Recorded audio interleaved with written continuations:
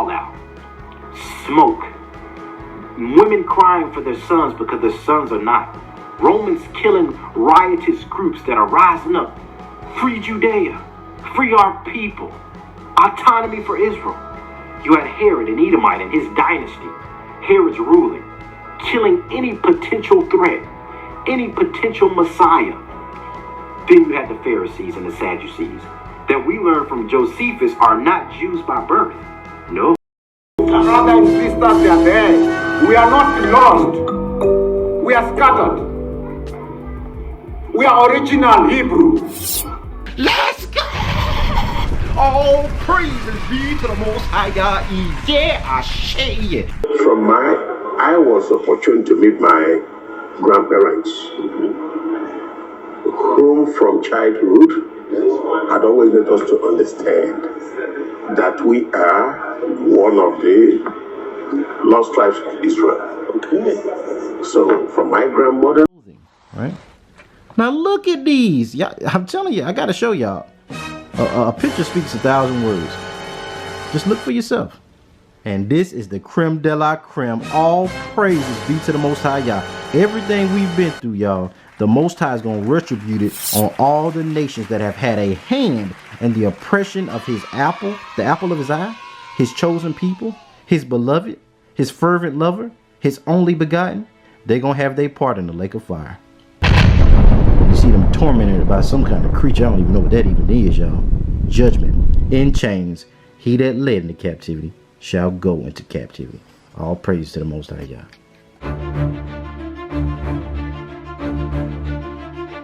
What's up, Zion Dynasty? This is your favorite dreaded Israelite, the man, the myth, and the legend. You already know, Mr. JBZion, man. Y'all show me some love. You already know what to do. Show me some love. Show me some love. And welcome back to Zion Dynasty. Welcome back to the channel with your boy. You already know I'm back in the flesh, about to hit y'all with another banger. All praises, honor, glory, dominion, majesty, power, world without end to the mighty one of Yaakov, the holy one of Israel, the restorer of the 12 tribes, the resurrector of the dry bones of Ezekiel, the redeemer of Zion and the sons thereof, our mighty Yah, for his faithfulness to the seed of Jacob, even the seed of Israel. All praises be to the Most High Yah. Y'all already know him in this thing. Also, first of all, I want to say peace, love, blessings, black power to the chosen race. Better yet, the Moorish black race, black power or Moorish power to all my Israelite brothers, sisters, friends, aunties, nephews, all of y'all. We could not do this without y'all. When I tell y'all, your boy loves y'all from the bottom of my heart. I know I'm behind on comments, y'all. I'm coming through that thing. I just could not thank y'all enough. And as you see your boy representing, you already know Ephraim in the building. Yoruba, but I Ephraim of the tribe of Joseph. But y'all, I love y'all family. Me and Shawnee D, y'all mean everything to us. Y'all, as I'm filming this, we're getting ready for Shabbat, the high Shabbat, high holy day, Passover, Pesach, the beginning of the year. It's a lot going on. So, and then that's what this video is about. We are gonna deal with that thing. So first I wanna say welcome to my Zion Dynasty family, gang. We taking the internet by storm. It ain't nobody like the Zion Dynasty family. It ain't no nation like Yasharal. It ain't no people like Israel, the 12 tribes of Israel, world without end. Welcome back, family. I love y'all, but not just y'all. All my Gentile brothers and sisters and supporters and those that have been giving, those that have been speaking words of encouragement. Those that have the faith of Rahab, the harlot, and the Syrophoenician woman that don't mind giving up to truth, don't mind bowing down to a black Messiah, don't mind just yielding themselves to our people that have gone through so much to fulfill prophecy. They don't have no racism in their hearts. They have pure spirits. Y'all, it's a lot of sincere Gentiles, and I love you all. I could not do this without you all as well.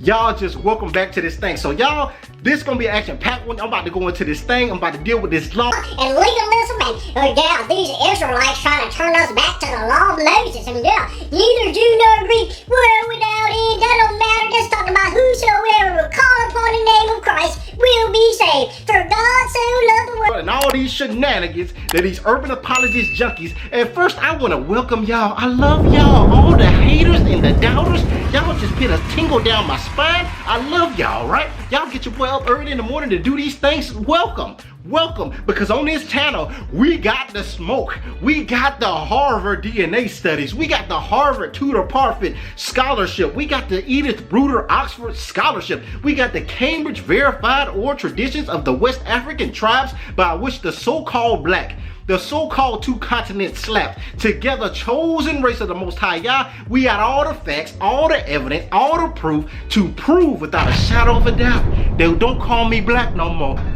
They don't call me black no more. Let's go! But that we are in fact the descendants of the biblical African, Judean, Hebrew Israelites, and we come with receipts in this thing, and y'all already know what time it is. So welcome all my frenemies to this work, because you about to get it. Let's get it. All praises be to the Most High Yah. So y'all, we finna jump into it.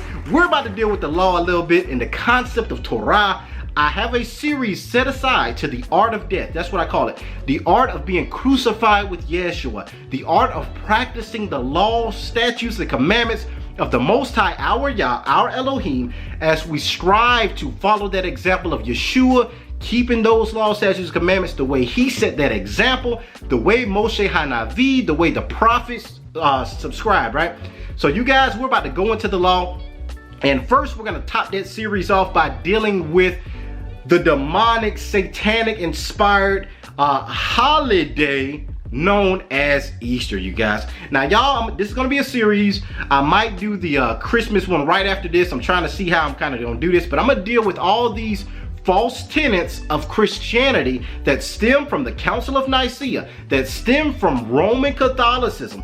All of these pagan rituals that are a little leaven that has leavened the entire lump of scripture the way we know it, right? The way a lot of us coming out of that Christian toxic church, the way we think, a lot of that has to be detoxed, right? We have to be restored. We have to be, the Most High has to reveal to us what was actually in that Bible. It's crazy. Like, a lot of you guys come from a Christian background, you come from a church background, you've been raised in church, and you had a lot of questions, right? You were like, why we got Christmas trees up? Why bunnies lay eggs in the first place? Bunnies don't lay eggs, right?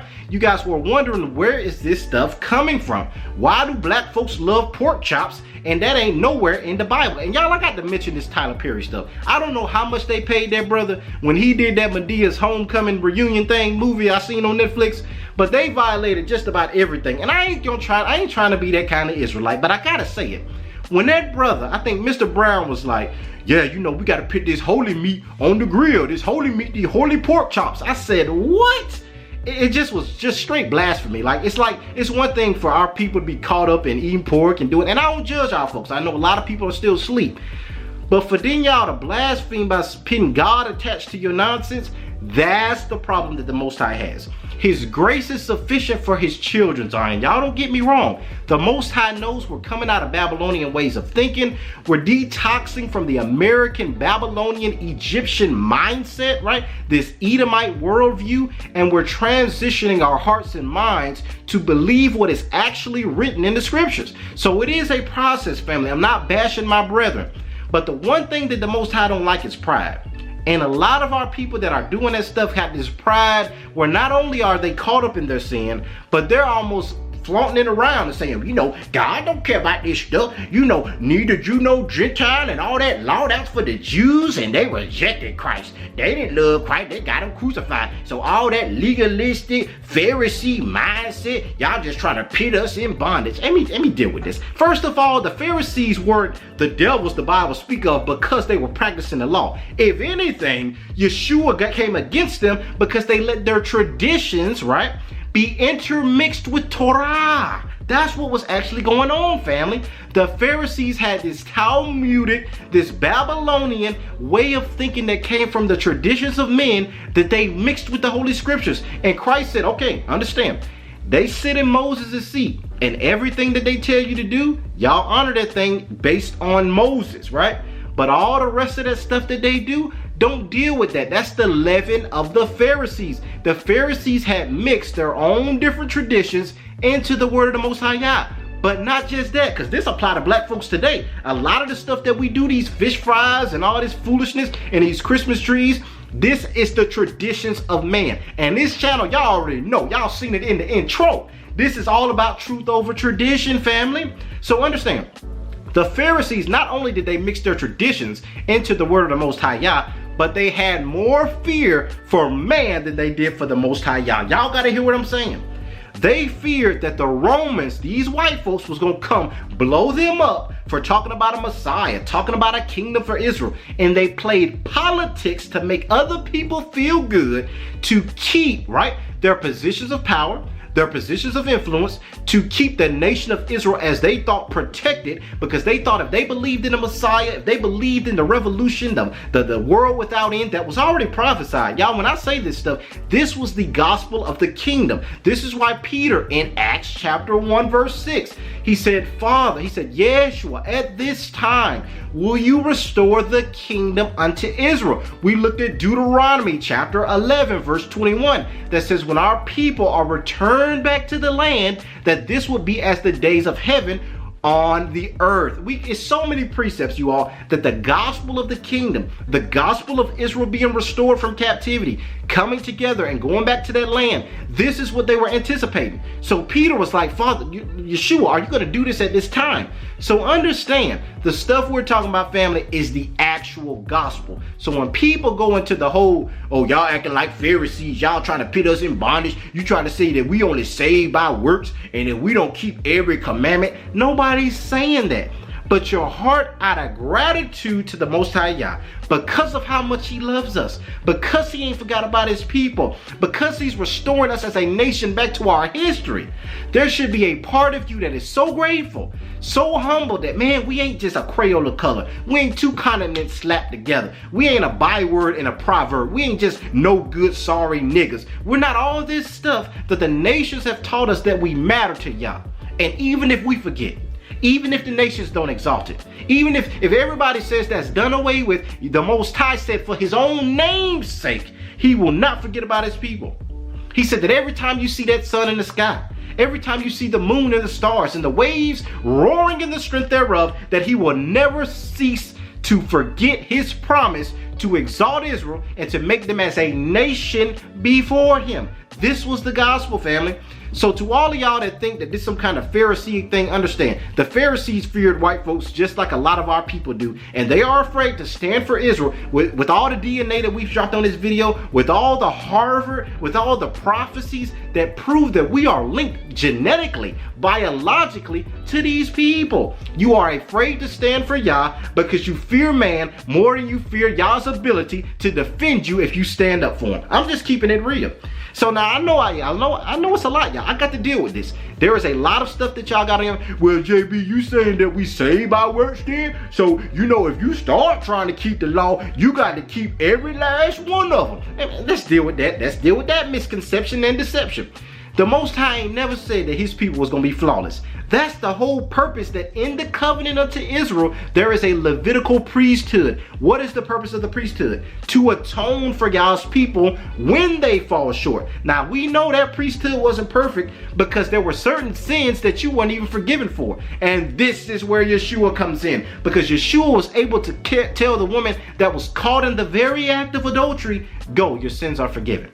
Now, you know, according to the law, that certain actions like adultery, you were stoned to death. But Yeshua said that by his blood, all those lambs and goats and all that stuff y'all was doing was just a precursor to myself, y'all. So, y'all, before I preach, I'm just going to go into this, and we're going to deal with these commandments. First, we're going to deal with Easter, and I'm going to show you guys the pagan origins of Easter, right? Now, we talked about in our Council of Nicaea video that a lot of modern Christianity, a lot of these tenets, the Immaculate Conception, the virgin birth, the Trinitarian doctrine, Christmas, Easter, Israel is done away with replacement theology. A lot of these doctrines and dogmas come from different meetings, not just the Council of Nicaea, but we talked about that one, but different attempts to be able to extract the man-child from the womb of the woman that is Israel that birthed them, and to be able to create a universal religion, the Roman Catholic faith,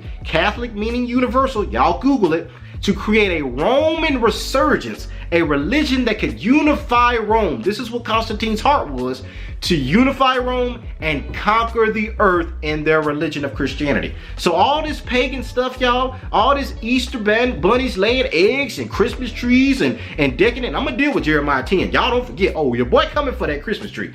But a lot of this stuff is pagan in origin. So first, family, I'm gonna show y'all that clip. Now, y'all probably seen this from the Council of Nicaea, where we see the Council of Nicaea coming together, and I'm gonna also show that clip of how Easter was meant to replace Passover. So let's get it started, family. Let's go. I want to talk about whether or not we find this day within Scripture or whether we find this day within pagan worship. And I want to remove the suspense. We don't find this day within Scripture, we find it within pagan worship through antiquity. Matter of fact, it goes back thousands of years, really, but today we're going to focus on the word Easter and the origins of Easter itself. And I want to read three different sources. The first one is from the International Standard Bible Encyclopedia. Very, very reputable source, by the way. This is not a fringe reference. This is very reputable and recognized by most Bible believers. And here's what it says about the origins of Easter. It says, the English word, and again, this is Easter, the word, comes from the Anglo-Saxon Esther, or Estera, the Teutonic goddess to whom sacrifice was offered in April. So the name was transferred to the Paschal Feast. Now the word Paschal here refers to the Passover, not to the Easter. So we see here that Easter replaced Passover. Now we know historically and scripturally that the only day the apostles and the Messiah observed in the New Testament was the Passover. Never once do we find Easter. I know it's in the King James. Believe me, it's not in the Greek. It's not in the New Testament scriptures. It's simply missing from antiquity. So when did the church adopt the Easter celebration? Well, let's find out. I'm going to read another source here. This is from the New Unger's Bible Dictionary, again, a very reputable source. It says the word Easter is of Saxon origin. It says Estra, the goddess of spring, in whose honor sacrifices were offered about Passover time each year. By the 8th century, Anglo-Saxons had adopted the name to designate the celebration of Christ's resurrection. So we see here, when this transition occurred, it occurred in the 8th century, hundreds of years after Yeshua had come and gone. He was resurrected. Hundreds of years after this point, did the church adopt Easter in its liturgy. And we see here that it adopted it from the Anglo-Saxons, from pagan worship. Well, the Arian controversy was the major issue addressed by the First Council of Nicaea. It wasn't the only one. Believe it or not, another big topic discussed by the bishops was determining when Easter took place. At face value, this might seem like a silly topic, but do you know what date Easter is next year? Can you name it without Googling it? You can't. You can't, liar. In the beginning of the faith, the date of Easter had been tied to the Jewish observance of Passover. However, the bishops of Nicaea didn't want their holy day to be beholden to a Jewish holiday because, anti-Semitism. So while the church had originally held Easter on the Sunday nearest Passover, or even on Passover, the new rule was that Easter had to be held on a Sunday and could not be on Passover. So the attendees settled on the most logical solution. Easter would be held each year on the first Sunday after the first full moon after the vernal equinox. You're not wrong if you're thinking that sounds more like some sort of Wiccan business than Orthodox Christianity, but here we are. The process. So, family, I'm telling y'all, we coming with receipts now. Your boy ain't just saying stuff and watching it stick on the wall. We have to deal with the origins of these concepts. Understand, the early church was predominantly Hebraic. All the original disciples, the 12 apostles, Paul, all of these guys, these were Israelites. So they kept the commandments and the faith of Yeshua. What does that mean? They followed after Yeshua's life. That's what the word Christian means. So it amazes me when I deal with these folks that I work with and folks that I interact with, say, oh, who you think you is? These Christians trying to be perfect. These holy rollers. Oh, you think you a Hebrew? Oh, you think you an Israelite? Oh, you trying to keep some commandments? Oh, you think you like Christ? I'll be like, Negro, what does the word Christian mean? Just Google it, right? It means a follower of Yeshua. So should not the servant who is not above the master look like his master, to say the least, right? I would be a sorry servant if I didn't strive to honor and submit to the lifestyle of my master. This is just discipleship 101, right? What I'm trying to tell y'all is Christians were supposed to look like Yeshua. Yeshua said, anybody that follows after me, let him take up his cross and follow me, right? He said, everything that I do, being willing to lay down my life for my people, for my nation, That's the type of love I want y'all to have. The way I please my Father by keeping his laws, statutes, and commandments. You understand, Yeshua did not eat pork. Yeshua didn't most certainly celebrate no Easter. He would have kept Passover, right? None of this pagan stuff is biblical, you guys. It goes back to the Council of Nicaea, and it goes back to some older African Babylonian deity worship. And we're going to deal with Ishtar. But first, family, we're going to deal with Passover. Because as you see in the name holiday, it is a perversion of holy day. It's like everything that Esau does is a twisted corruption of Yah's original intent. They took the Messiah being born and turned it into a winter solstice of Christmas. They took the resurrection of Yeshua and turned it into some whitewashed Easter bunnies Ishtar worship ceremony. This is how Satan gets down. He says that to eat of this fruit is going to make you as God, to know good and evil, right? No good tree can bear evil fruit. I'm just throwing it out there to y'all. So Satan always comes with a little truth mixed with a little falsehood. That's deception. And that's what Christianity is. It deceives the whole world. Now y'all check out that Mark of the Beast video where we dealt with Christianity being the one world order, being the mark of the beast in your minds. Christianity is the mark, family. If we're waiting on some chip to go into your hand and that kind of thing, y'all can wait. Now, I will say this, that COVID and that one world order and government does look a lot like what we've been accustomed to thinking of the mark of the beast. But understand, this is all a part of a world system fueled by, right, Edomite people and the false religion of Christianity. That's what this stuff comes down to. Because a lot of our brothers and sisters in their minds think that stuff don't matter. Israel done away with. God loves everybody. Replacement theology. ... So family, a lot of this stuff we do is based on Babylon. Y'all check out that video, like I said, that Mark of the Beast, because we dealt with this resurrected beast. The second beast that comes up out of Revelation 13 is a resurrected form, if you will, of that first beast, a renewed empire. When you look at the statue of Daniel and you look at those iron legs, the final empire is iron mixed with clay. So it draws from the previous empire. It's an extension of the previous empire. That's where a lot of our brothers say, well, you know, that means Roman Catholicism. The Roman Catholic Church is the beast. No, because it says that the beast will get its power from the dragon. The dragon is the people of Edom, because we looked at Revelation 13, how Edom would chase after that woman, which was Israel, to seek to kill the man-child. So the Edomite people have an animosity against the nation of Israel to prevent the Messiah that is to come forth through them from ruling the earth world without end. This is why they got COINTELPRO to watch any black Israelite Messiah from rising up. This is why they got the Space Force in case Yeshua and them chariots come out the sky.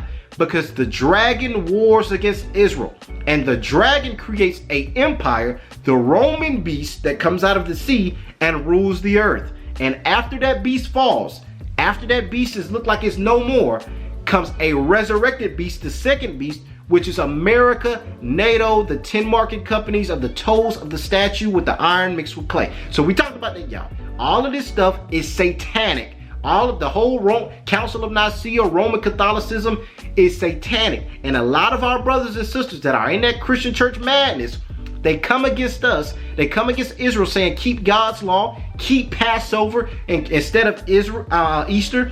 They come against us for saying we're going to guard the law, statutes, and commandments of God that is in the Bible. We're not going to do that pagan foolishness that is nowhere in the scriptures. So now let's look at the foundation of Passover and show you how this was never done away with, and that Easter is just a false, cheap, satanic photocopy that comes from the pits of hell. Now let's look at it. So in Exodus chapter 12, beginning at the first verse, we finna read it, family. And the Lord spake unto Moses and Aaron in the land of Egypt, saying, this month shall be unto you the beginning of months. It shall be the first month of the year to you. Understand, family, and a lot of my brothers and sisters, I saw some Israelites get on here and say, well, Happy New Year and that kind of thing. This is where that comes from. Passover for our people is the actual biblical beginning of the year, y'all. So when we keep Passover, which tends to be anywhere from March to April, and I'm gonna talk about that, y'all. I'm gonna go into what we need to do in Passover. How do you keep the feast? Because as I'm shooting this, our family, we throwing leaven out. I had like 5 trash bags that we getting all that stuff out the house so that we can keep the feast of Passover that goes into the 7 days of unleavened bread, right? But we're gonna deal with that. So verse 3, speak unto all the congregation of Israel, saying, in the 10th day of this month, they shall take to them a lamb according to the house of their fathers, a lamb for a house. And if the household be too little for a lamb, let him and his neighbor next unto his house take it according to the number of the souls. So basically, every house had to have a lamb. Now this gets into a lot of prophecy. This gets into a lot of Yeshua foreshadowment, because in John chapter 5, verse 46, it reads, for had you believed Moses, you would have believed me, for he wrote of me. But if you believe not his writings, how shall you believe my words? All praises to the Most High Yah. So Yeshua is saying that Moses wrote of me. How did Moses write of Yeshua? The entire Passover, the entire concept of the Levitical priesthood, of the blood that seals the new covenant, all of this was a foreshadowment of Yeshua, going all the way back to Genesis 22, really going all the way back to Genesis chapter 3. But in Genesis chapter 22, we see the Most High Yah test the faith of Abraham by saying, take your beloved son, take your dear son, and offer him up to me. Right? Now we see that the Most High said, I was just testing you. He had a goat. He has a scapegoat that was actually offered up. But Yeshua, this was a foreshadowment of the Father sending his son in the image of his beloved son Israel to come in the fullness of that people, that nation, our forefathers, and everything that meant the most to Yah. Yeshua came through that specific lineage just to offer his life up, knowing that the nations would take it and rule in the Gentile era, but knowing that his people needed their sins atoned for. That Passover lamb that covers Yah's people. Let's read about it. So in Exodus, in chapter 12, verse 5, it says, your lamb should be without blemish, a male of the first year. You shall take it from the sheep and from the goats. And you shall keep it unto the 14th day of the same month, and the whole assembly of the congregation of Israel shall kill it in the evening. And they shall take of the blood and strike it on the 2 sides of the post, y'all better hear me, and on the upper door post of the houses, wherein they shall eat it. Y'all got to hear this stuff.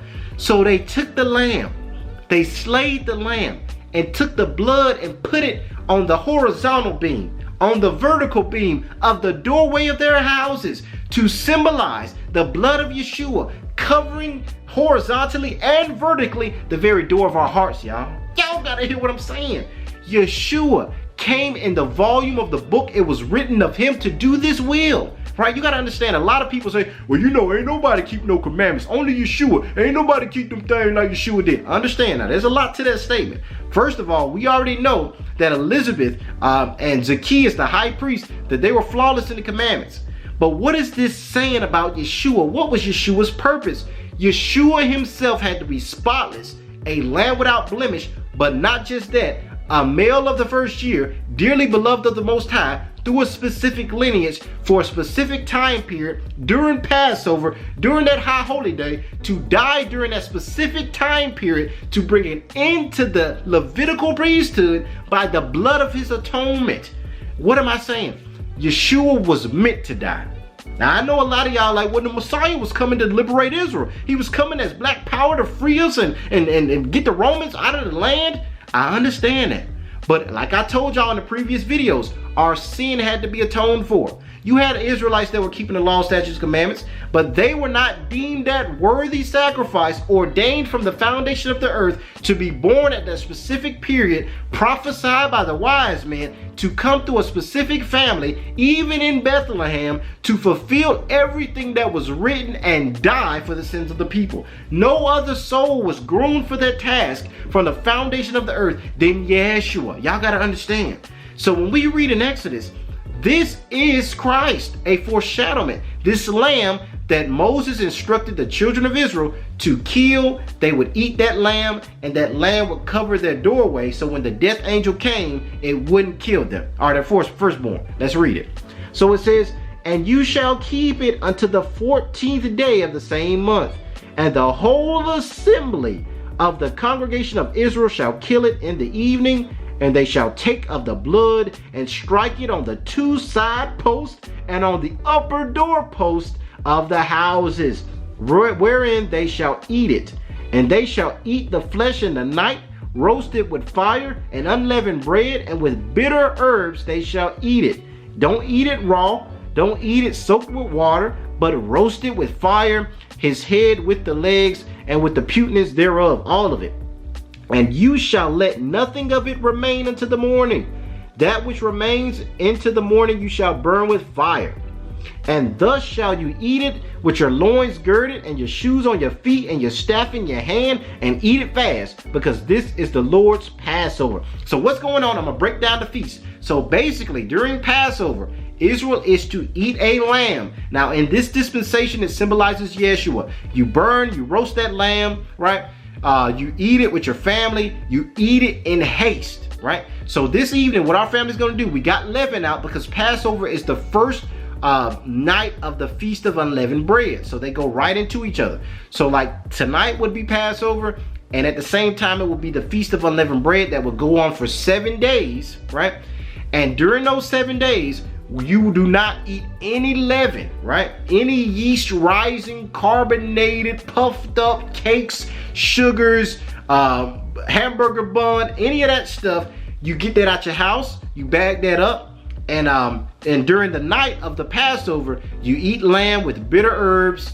You don't soak it, you cook it well done, you eat it with your clothes on, because family, a lot of y'all done said this, we never know if keeping Passover, the Most High can come scoop us up during the feast. So back during the time of Egypt, they had the shoes on, they had their staff, because they was ready to go. Because that same night, Moses said, come on, we gone. And they left out of Egypt, and they went to the promised land. So the Passover feast was the last supper, if you will, before Yah's people were delivered from Egypt, from that 400 years, well, we know it wasn't a full 400 years, but from that bondage, right? Just like our people during the 400 years in America. Passover is our way of saying, Father, you will come get us. We getting ready. We're going to eat this lamb because we know that this lamb covers us. We believe in Yeshua, and we believe in doing everything you command us to do. The Passover was about obedience. Easter is some pagan foolishness that had nothing to do with the laws and statutes and commandments. And we're going to deal with that further. So Israel's commanded to eat this lamb. The blood covers their door. So when that angel come killing all the firstborn, it doesn't touch us. And then that same night, our people get ready to hightail it out of Egypt, going to the promised land. So family, us as Israel, especially what we've been going through, Passover is the most powerful, the most important holy day that you could keep. I'm going to repeat that. Passover is the pinnacle of the holy days of the Most High Yah. It marks the beginning of the year. It also marks the Most High Yah delivering his people out of bondage and taking them to the promised land. So let's keep reading. So it says, and you shall eat it with your loins on, with your shoes on your feet, the staff in your hand. For I will pass through the land of Egypt this night, and will smite all the firstborn in the land of Egypt, both man and beast, and against all the gods of Egypt will I execute judgment. The Most High saying everything that that nation prides itself in, all their gods, all their rituals, everything that makes America great, the Most High gonna tear every bit of it down to the ground. This is what he did in Egypt. He humbled the very lofty superpower. Oh, I'm Pharaoh. All the might of Egypt, the Most High brought it down to the very ground to let the nations know that they are but men, and that he alone is he that created the heavens. And during that judgment, he covered his people. He had the blood of Yeshua, the blood of that perfect lamb, seal his people, protect them while he got ready to take them to the promised land. So let's read it. And this day shall be unto you for a memorial. Y'all watch this. And you shall keep it a feast to the Lord throughout your generations. You shall keep it as a feast by an ordinance forever. In verse 15, 7 days shall you eat unleavened bread. Even the first day you shall put away leaven out of your houses. For whosoever eats leavened bread from the first day until the 7th, that soul shall be cut off from Israel. Y'all, it's a lot in that now, and I told y'all. So while you're having the Passover feast, this goes right into the Feast of Unleavened Bread, where you get all that stuff out your house. But what I want y'all to look at was in verse 14, it said that you shall keep this feast to the Most High Yah throughout your generations. You shall keep it as a feast by an ordinance forever. So to all y'all Christians that say, oh, well, the law done away with. You know, the law, we ain't under that no more. Okay, Gentiles, y'all ain't under that. But Israel, if you an Israelite, even y'all coons that don't know you Israel, but your DNA says it, your oral tradition says it, Harvard says you are, Oxford says it, Cambridge says it, to all of y'all, our people were given a heritage, were given a culture to guard as an ordinance forever. That means your sons, and to the Most High Yah comes. And when Yeshua comes, the kingdom in the world to come will be run by the laws, statutes, and the commandments of the living Yah Elohim Elohim. Let's go! So the commandments ain't never done away with. Oh, well, you know that legalism, that stuff done away with. Let me deal with y'all again. I got to hit y'all with this smoke real quick. So when you go speeding down the highway, when you go 100 miles per hour, I know I gotta come get you. When you go 100 miles per hour in the school zone that's 15 miles per hour, what them popo gonna do? Ring, to the side of the road, me brother. You gonna get that ticket, sir. And if you debate or contemplate, you gonna be in the jail cell until very late. Cause I'm telling y'all, a lot of these Christians, our people, say stuff that is not kosher. It don't make common sense. They say the law, statutes, commandments of Yah is done away with, right? But you're going to do everything the white man tell you. You're going to fill out your legislation. You're going to pay your taxes. Right? You're going to file your taxes. You're going to obey the law of the land. You're going to do all this stuff. You ain't going to get out there and say, well, I'm going to do what I want. I'm going to go commit murder. Or I'm going to go rob a bank or some foolishness. You ain't finna do that. And this is why Yeshua said, okay, I know the kind of people I'm dealing with. Render unto Caesar what is Caesar's, but render unto the Most High Yah what is his. A lot of our people, we give unto everybody else and we save God for last. We go out there, we club it up, we party. I got to deal with it. We do all that stuff and we honor white supremacy Monday through Friday on our jobs. But all the Most High says is just have a holy day that remembers that I'm finna take you out of bondage to the promised land. And we got a problem with that. But not just that. Then we'll celebrate a pagan holiday. It ain't even a holy day, it's a holiday, it's a twisted perversion. We'll keep that, have the Easter egg hunt, have the Easter bunny laying eggs, have the Easter baskets, and that ain't nowhere in the Bible, and we'll do that in the name of the Most High Yah instead of just doing what he told you to do. And I gotta deal with this. Well, you saying that we going to hell and we don't keep the commandments and we don't do what God say. If we don't do all this legalistic stuff, you saying God ain't gonna love us no more? Ain't nobody saying y'all. This is like babies that we're dealing with, family. Y'all gotta remember that. If my son, if I tell Eli, I say, Eli, go pick the toy up. You just do that. Just go pick the toy up. If he doesn't do it, I don't stop loving him, right? And a lot of our people are still trying to test the bounds of grace to see if God loves you. The fact that Negroes still exist in America, the Most High loves his people. Understand. All he wants you to do is just remember that, right? Just know that your father gonna love you regardless of what you do. And out of that place, you should be like, man, my daddy loved me. There's nothing I can do that's going to change that. What can I do to make my daddy happy? What can I do to please my father? This is why we practice Torah, family. This is why we strive to keep the commandments. Because we know that Yeshua brought a pot of grace by his blood. That was the purpose of him dying. He was that lamb slain. But not just that. Our people proceeded to go into the curses, the final captivity of Deuteronomy 28, going into America, going as swift as the eagle flies, with a yoke of iron around our neck, sold as bondwomen and bondmen, another people coming in, rising above us, all these other immigrants, our people being shackled, scattered to the four corners of the earth. We went through all the full extremity of the curses. So Yeshua died as a pot of grace. Then our people went through the curses in America in this place.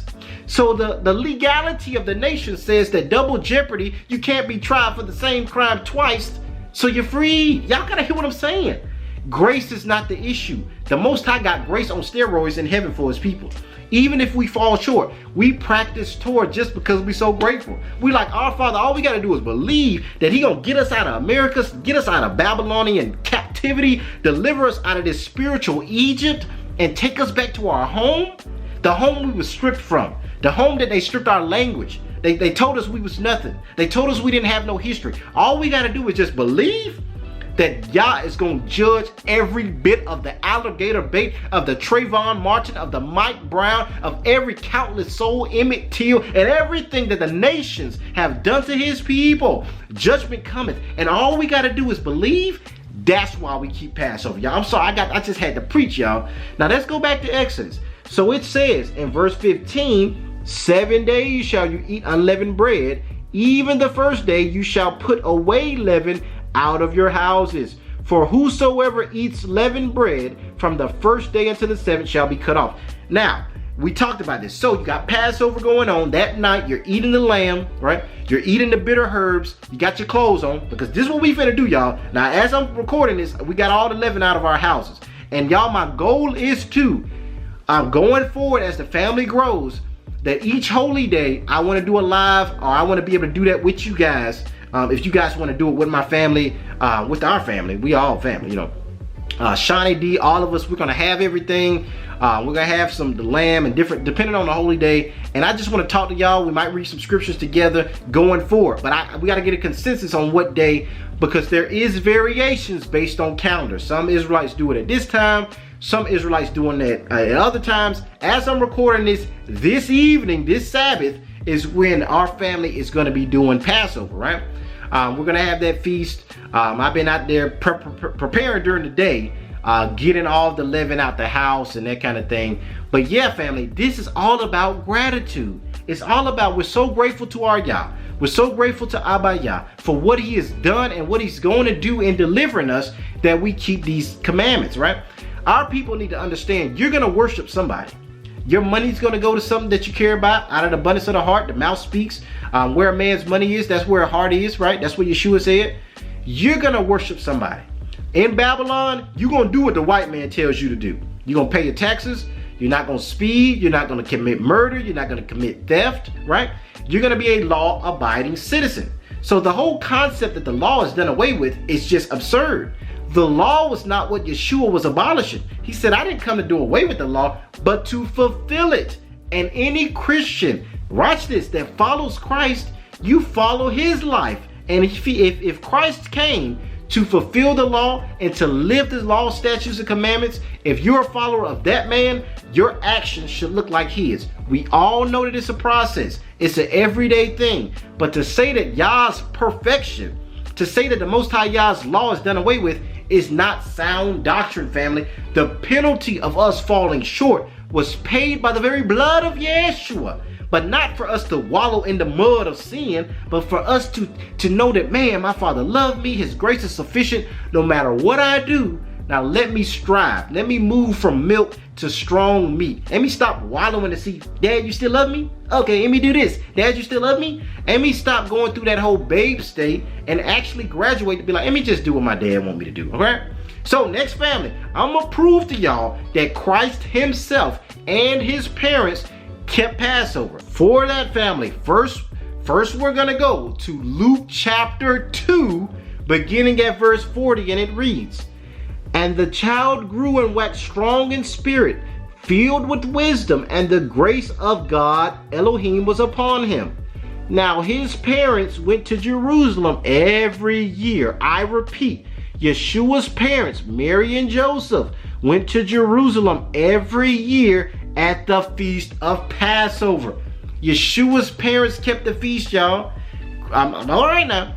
Now I'm finna show y'all that Yeshua himself was crucified during the feast of Passover. A lot of our people say, well, we celebrate Easter and that kind of thing on Sunday because it's Resurrection Sunday. First, I'm gonna show y'all a clip. I'm gonna show y'all a clip from a video that we did about Resurrection Sunday to show you that Christ himself was crucified during Passover. Let's look at that. So, family, when you understand the laws, the statutes, the culture of the Israelites, it helps you harmonize what was going on. during the time of Yeshua, Yeshua would have died historically on Passover. We see this in scripture that as Passover began, that Christ during that feast day, he was crucified. Now, if you understand Israelite customs, you understand that any high holy day is also considered a Sabbath, a high Sabbath. Why do I bring this up? Because during that AD 32-33 time period, so we see, family, that during this time period in history, when Christ would have been crucified on Passover, this day would have fallen on Wednesday. Why is this important? So Christ was crucified on a Sabbath or a high Sabbath, which is Passover, which would have been Wednesday on that time period. And 3 days later, Thursday, Friday, Saturday would have also been the Sabbath, which is the weekly Sabbath. Why is this so important? It harmonizes the scriptures. It harmonizes Matthew 28 verses 1 and 2, and also Mark chapter 16 verses 1 and 2 as well. That what is happening is long after the Sabbath, long after Christ was crucified on Passover, that on the early morning of the Sabbath, the weekly Sabbath, which would have been 3 days later, Christ resurrected. Why do I go through all of this? Because understanding the Hebraic culture, the Hebraic understanding, gives you an entirely different understanding of the scriptures. That Christ's resurrection would have been on the Sabbath, right?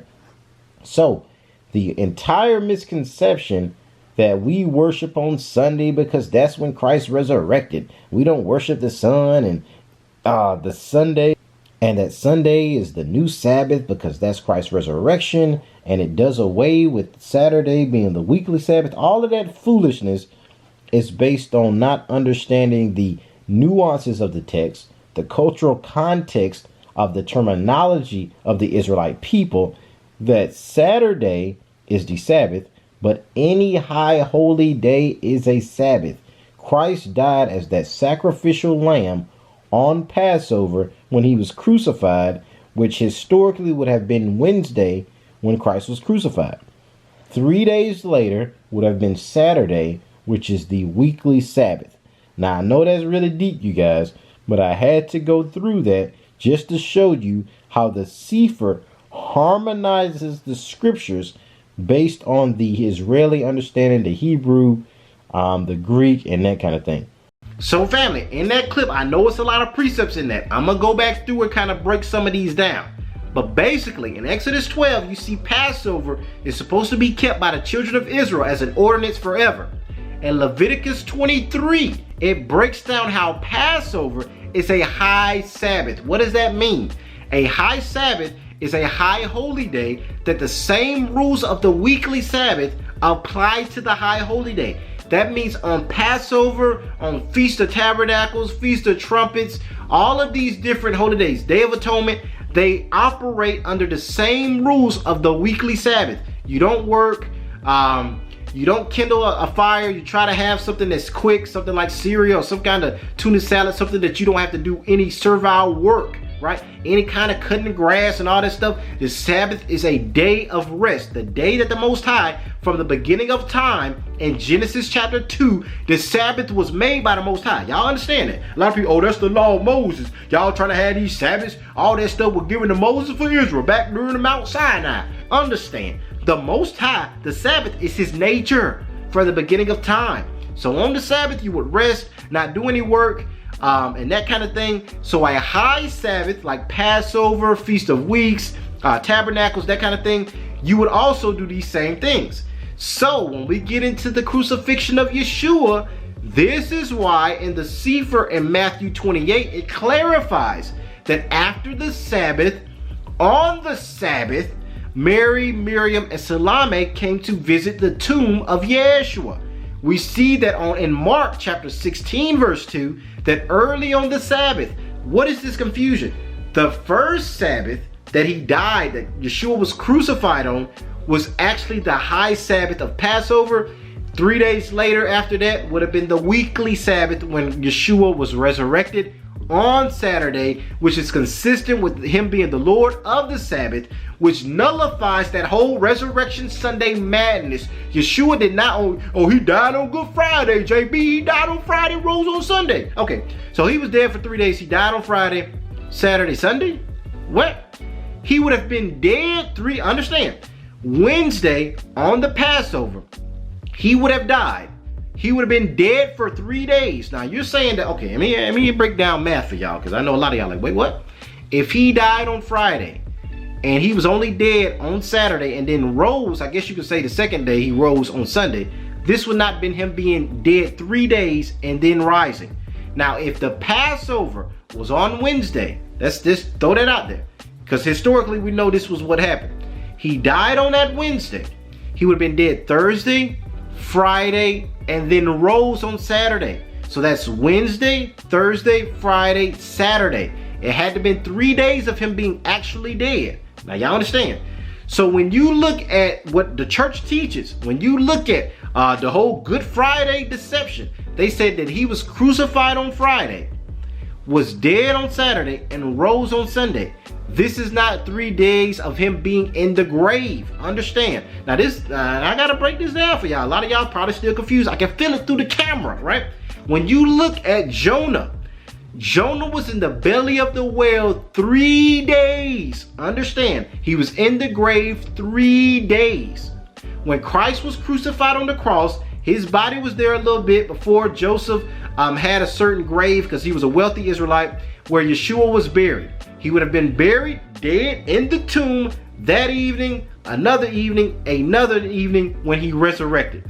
That's how you know that the Good Friday to Sunday is not mathematically the 3 days that he would be in the belly of the whale, as Yeshua said that Jonah was a sign of the Son of Man.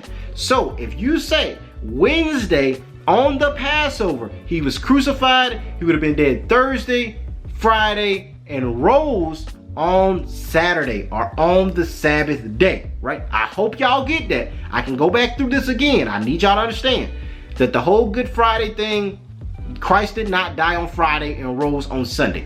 This is a part of Christianity to dissociate from Passover and have the resurrection of Yeshua a separate entity. This is to take the man-child and sever the umbilical cord from the woman that is Zion. So let's deal with this. So, and we're going to look at these precepts. I'm going to prove it to y'all. Everything I'm saying, you know JB gets down. So in Matthew chapter 26, beginning at verse 1, it says, "And it came to pass when Yeshua had finished all these sayings, he said unto his disciples, You know that after 2 days is the feast of Passover, and the Son of Man is betrayed to be crucified." This is in red letters. Yeshua said that in 2 days is Passover, and that's when the Son of Man got to be put to death. This is Matthew 26 verse 2. Let's keep going. I got these receipts for y'all. In Mark chapter 14, beginning at verse 1, it says, "After 2 days was the feast of Passover and of unleavened bread." I understand. I told y'all that you ate unleavened bread during the Passover feast as well, and then there's 7 days of the feast of unleavened bread. Now I'm going to do follow-ups on that so y'all can understand. But let's keep reading. "After 2 days was the feast of Passover and of unleavened bread. And the chief priests and the scribes sought how they might take him by craft and put him to death." So the Pharisees are already plotting that in 2 days is Passover. We gonna kill this Negro. They already have planned it. Not just that, y'all. Let's go to another precept. In Luke chapter 22. In Luke chapter 22 it says, "Now the feast of unleavened bread drew nigh, which is called Passover. And the chief priests and scribes sought how they might kill him, for they feared the people. Then entered Satan into Judas, named Iscariot," because that joker was an Edomite. I'll do another video on that. "Being of the number of the 12. Y'all, where 2 or 3 witnesses are gathered, we nail it in the coffin, this misconception. Yeshua was crucified on Passover. I know a lot of y'all are like, what in the world is the power, let's go, of the Most High Yah? Yeshua was fulfilling the spiritual lamb slain and the brother was killed on Passover? How did that happen? Now, I ain't going to this, but y'all got to deal with me. In Mark, the Pharisees wanted to kill him, but they didn't want it to be on Passover. But it ended up falling on Passover anyway. They knew that they was going to kill that dude within that time frame, but they didn't want it to actually be on that because they feared the people. What did that mean? They knew this would cause a riot. If this man was crucified on Passover, the man already said he was going to resurrect from the grave, and he had a lot of zealots that followed Yeshua. The people would have made a riot happen in Judea. They would have gone crazy. They would have wanted his, he was that beloved by the Judean people. And these Pharisees, these Uncle Tom Negroes, feared that Rome would come and destroy Jerusalem over Yeshua being this militant rebel rouser and causing a riot in Judea. This is the history. I ain't done with y'all yet. Let's keep reading. So the next precept in John chapter 19, let's start at verse 14. It says, and it was the preparation of the Passover, and about the 6th hour, and he said unto the Jews, behold your king. But they cried out, away with him, crucify him, right? We have no king but Caesar. So you got these sellouts, and there was a lot of false witnesses that the Pharisees paid off. They came up with all kinds of lies about this man. Y'all got to understand, just because he was keeping y'all's commandments, just because he was coming to free his people, y'all, a lot of y'all Israelites can identify what I'm saying. A lot of us catch this same hell by false witnesses, folks saying, oh, they are a hate group, oh, they a cult, oh, they over there talking about skin doctrine, oh, they think Israel matter again, that the father loved his firstborn. No, they got rid of Christ. They rejected Christ, so he went to every other nation. All these lies that these Christians come up with against Israel, for all we doing is following in his footsteps. All we doing is living the way Yeshua lived. All we're doing is believing that Yeshua's people, his mama folks, ain't done away with. Y'all, the power of y'all's word. So now let's go to Acts. So in Acts chapter 20 verse 6, now this is the disciples. We're going to show you that Yeshua was crucified on Passover, rose on the weekly Sabbath, that his mom and them kept Passover in Luke 2 verses 40 through 42. But not just that, the early disciples also kept the feast of Passover and unleavened bread. Let's read it in Acts chapter 20 verse 6. And we sailed away from Philippi after the days of unleavened bread. This is Paul speaking. And came unto them of Troas in 5 days, where we abode 7 days. Y'all gotta get, this is Paul. Paul, a lot of y'all say, well, you know, Paul said neither Jew nor Gentile. Paul was an Israelite. And Paul kept the law, statute, let's go, and commandments of the Most High, his Yah. And he ain't teach people, oh, that's done away with. I'm gonna show you. He did not do away with Passover and replace it with this foolishness of Easter. Let's look at it. In 1 Corinthians chapter 5, beginning at verse 6, it says, your glorying is not good. Know you not that a little leaven leavens the whole lump?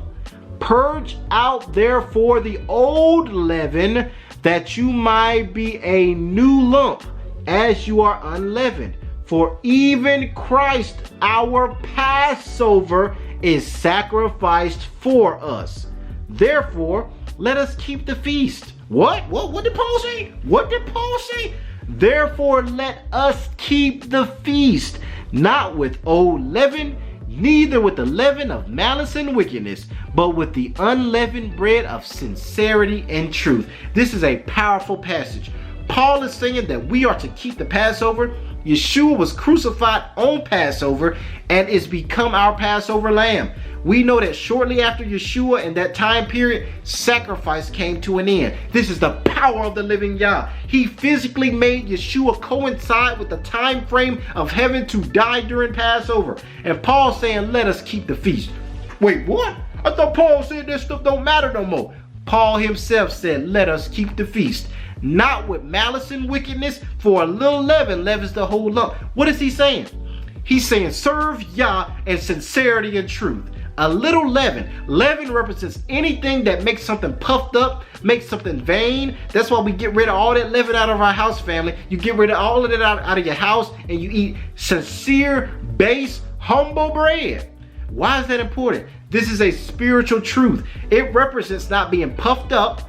And when I say puffed up, a lot of y'all say, oh, well, y'all Israelites, y'all got the spirit of pride, thinking that y'all something. Understand, when the Most High tells his people to do something, he says, be zealous and repent. When you're doing what your father told you to be, you're supposed to be as bold as a lion. So the pride that the Most High is talking about is not talking about Israelites being proud of Ephraim, proud of Judah, proud to turn back to the law, statutes, commandments. We're just doing what Abba said. We just doing what our daddy said. Right? The pride that the father doesn't have no pleasure in is these folks doing stuff that ain't in that book. That's what the Most High says is a little leaven. He said that the Pharisees' doctrine, y'all gotta hear me, the Pharisees' doctrine was a little leaven. He said, stay away from the leaven of the Pharisees. What does that mean? They mix that Babylonian, Talmudic, the same way like these Christians, mix that Ishtar, mix that Christmas tree, mix that pork chops, mix that white Jesus, and call that something God. That's blasphemy. That's not the Most High Yah. You mix the traditions of men with the very word of the Most High Yah. That little bit of leaven. It looks like, well, you know, color don't matter. Just saying that Yeshua was white, that don't really matter. I'm just gonna mix a little bit of that. A little leaven, a little deceit, a little lies changes the entire, y'all better talk to me, changes the entire composition, the entire integrity. If I take a little blue and put it in yellow, the whole thing gonna turn green. All it starts with is a little lies. Saying Israel don't matter no more, saying we don't know who that people is, Christ is an olive complexion. I only know 2 olives, green and black. Oh, none of that matters no more. You know, I can tell a little lie about this. I can say we can eat pork chop right here. And then niggas got hypertension and cardiovascular disease because the Most High Yah will not be mocked. Whatsoever a man sows, you're going to reap. And if you don't sow his commandments, you can't reap life. So family, I do all this to emphasize that you don't have to be ashamed of turning back to your culture. You don't have to be ashamed of rocking your beard and your locks and not eating pork and keeping Shabbat and keeping Passover and keeping the holy days. Because yes, for me in my house, that's what we finna do. And the faith of Yeshua. Because that's what Yeshua did, family. So with that, y'all, this could go on for, I got like 12 other precepts. But I hope you guys get it because I got to edit this and get this to y'all. So I love you all with the love of the Messiah. Stay encouraged, Zion. If y'all want me to do a follow-up, y'all comment. Please do. If y'all want me to keep it again at another weekend, because some of Israel do it this time and some people Israel do it another time. If y'all want to do us as Zion Dynasty come and do it next week or something like that, I can schedule that. We can do that. And I can kind of show, we can have Shawnee and the kids eating some lamb and that kind of thing. And we can do it as a family. But y'all just comment. This is the Life of Torah series where I'm gonna deal with all the pagan roots and all that madness that has been mixed in to the Judeo-Hebraic Torah lifestyle. So with that, family, I love y'all with a love I couldn't even fully express. Y'all give me purpose. Y'all just give me just joy to wake up and just interact with y'all. So I love you all with the love of the Messiah. Peace, love, blessings, prosperity, abundance to you, your family, and everybody you touch. I love you all with the love of the Messiah. Shalom. All praise to the Most High. Let's get it.